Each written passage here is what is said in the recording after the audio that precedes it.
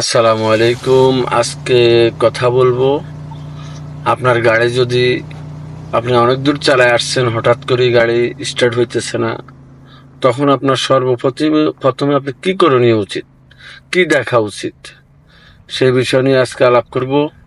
এই যে আমি দেখাইতেছি আপনাদেরকে।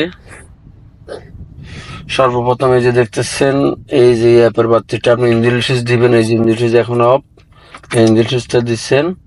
দেওয়ার পরে যদি আপনার এই বাতিটা আসে, তাহলে বুঝবেন যে আপনার ইএফআই ওকে, কোনো সমস্যা নাই। দ্বিতীয়ত, যদি আপনার এই ব্যাটারির বাতিটা যদি আসে, তাও কোনো সমস্যা নেই। তারপরে যে আপনি গাড়ি স্টার্ট করবেন, এই যে আমি গাড়ি স্টার্ট করলাম। হ্যাঁ, স্টার্ট করার পরে যদি দেখেন যে এই অ্যাপের বাতিটা এখনো আছে,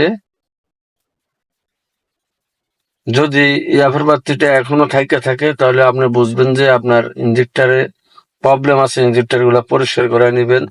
দ্বিতীয়ত, আপনার এই বাতিটা যদি না থাকে, আপনার গাড়ি কখনো স্টার্ট হবে না।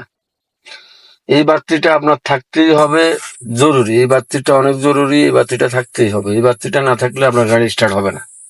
এই বাতিটা যদি শোনা করে, তো এই বাতিটার ফিউজটা আপনারা কোথায় পাবেন? ফিউজটা পাবেন ইঞ্জিনের বনাটের নিচে।